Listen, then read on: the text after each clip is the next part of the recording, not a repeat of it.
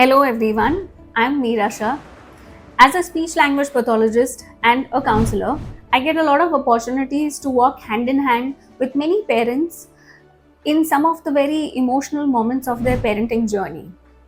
In today's video, we are going to talk about a very important topic that very few professionals truly prepare you for. That is the emotional aspect of the practical journey that begins the moment you hear that your child has autism.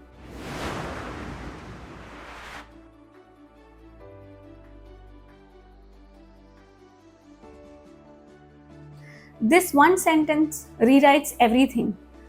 It rewrites not just about your child, but even about you, your dreams, your fears, and your core identity as a parent and as an individual. You are so special, sweetie. So let's dive deep into this topic honestly and compassionately. The most common initial reaction that most parents have is of shock. This shock is not just an emotional reaction, but it has its own neurological basis. This can be explained by cognitive dissonance theory, that when what we are being told and what we believe is not matching, the brain experiences stress. You might say that, oh, he gives eye contact sometimes, or maybe she gives me hugs. My child is just a little quirky, but otherwise he's fine. So, when this kind of mismatch of what you believe and what you're being told creates a lot of resistance. Some parents might experience identity crisis. They might tell themselves that, oh, I thought I was doing everything right, or what does this mean about me as a mother or as a father? So, the first step in this stage will be to kind of normalize this state of shock and confusion. You're not alone, and there's nothing wrong in feeling disoriented. The suggestion in this step, in this stage, I would give is to, it might sound counterproductive, but withhold getting into all the articles and videos, finding everything about the diagnosis. Withhold yourself, give yourself time for emotional grounding. The next step is the most important step, wherein you have to map out the entire plan of action for the intervention. So you wouldn't want to get into that in this state of confusion. So rather give yourself some time. It could be few days or a couple of weeks or so, and in that go out, do some light movement, go out in nature for a walk, meditate, do body scanning, talk to someone trusted, or a neutral person like a mentor or a counselor or a understanding and trusted family member or a friend. This emotional grounding period will help you a lot, so that it will prepare you for the important further steps in your journey.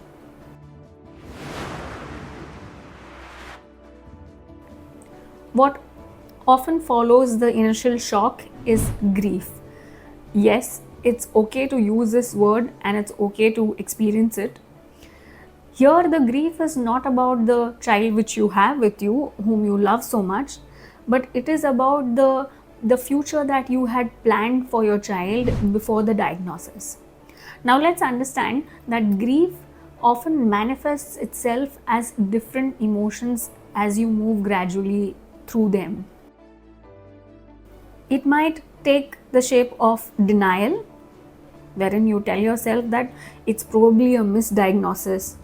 It might take the shape of anger. Why is it happening to me? Why my child? You might bargain. Maybe if we try X, Y, Z, they'll become normal. It could also come out as a depression, that probably I'm not cut out for this. I feel broken. I will not be able to handle this situation. And then eventually it comes into acceptance that, okay, this is a fact, it is real. Now let's focus on what can we do about it. These stages may not be linear, and you might revisit them in loops. The suggestion in this stage would be to look out for grief informed or safe spaces like parent support groups or group therapy sessions, guided therapy sessions. Remember that healing accelerates when it is shared.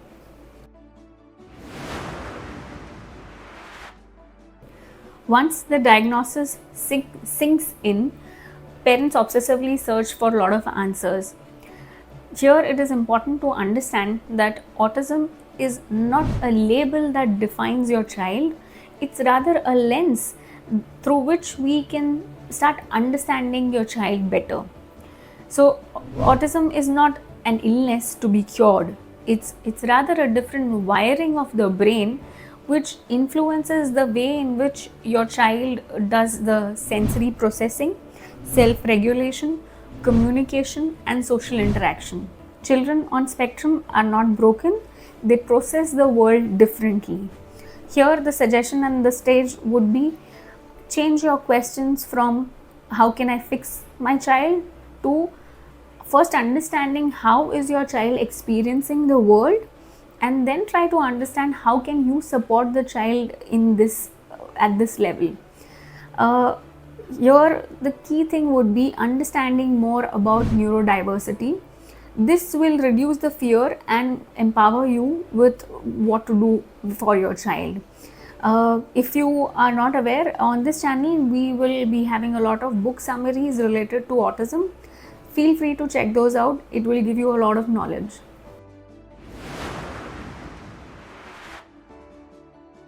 The diagnosis of autism will bring about changes in your day-to-day living.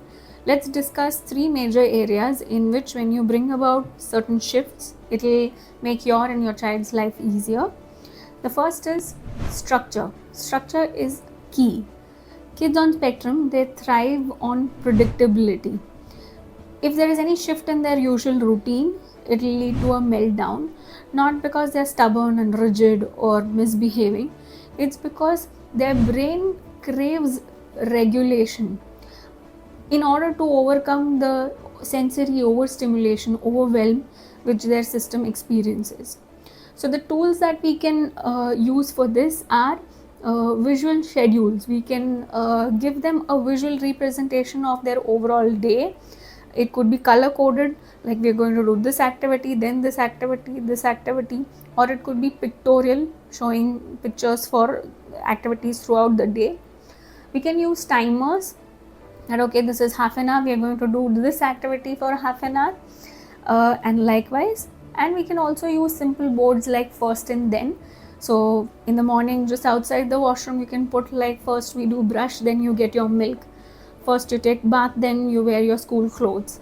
So things, small little things like this can make their life easier. So the second major area that needs certain shifts is sensory processing issues. So the five senses are the gateway for us to gain information from the sensory world outside. So whether it may be hearing, visual, lights, or smell, or taste, or touch, pressure, temperature, things like that. So kids on spectrum very commonly have sensory issues, whether it may be hypo or hypersensitivity for various combination of inputs.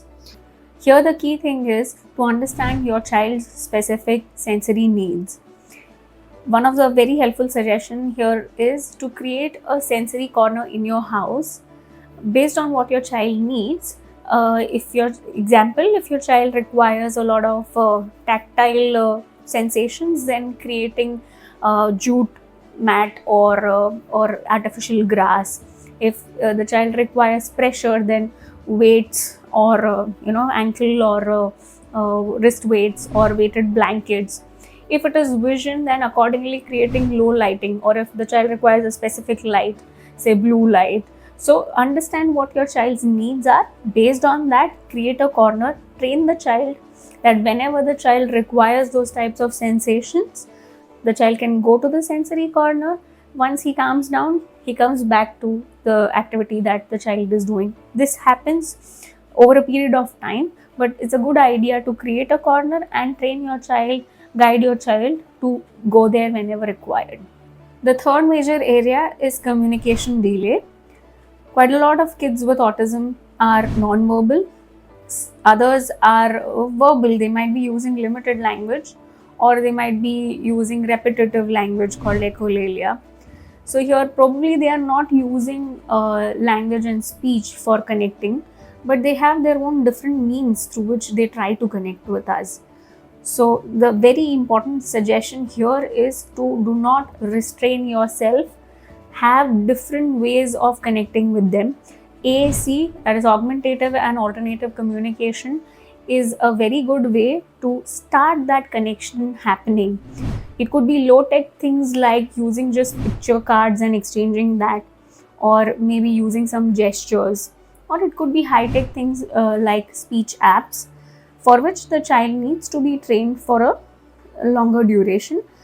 When we give this as a suggestion to parents, quite a lot of them are very hesitant, thinking that if we give an easy alternative, the child will stick to it. Here, the key thing to remember is that we are not using AAC as a replacement, but we are using it as a bridge. Once the child has any one particular means through which the child can very easily and confidently connect with us, the child will be motivated even more to connect using speech.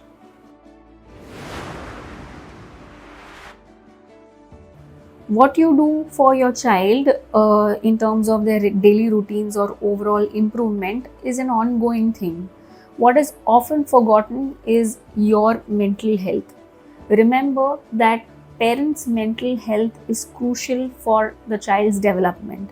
Many parents experience caregiver fatigue, hypervigilance, that is constantly watching for signs of progress or regression, emotional suppression, that is not allowing yourself to cry or vent.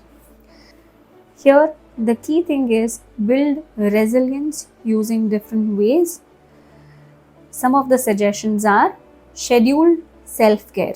Yes, it needs to be scheduled just like another therapy session. Parental coaching or counseling. Not everything needs to be solved by 2 a.m. Google searches.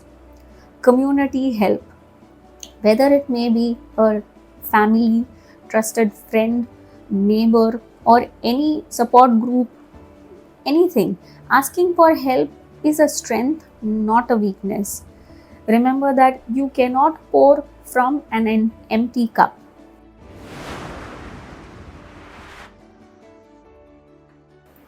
Acceptance is not giving up. It's understanding that your child's path may be different, but it still can be rich, joyful, and meaningful.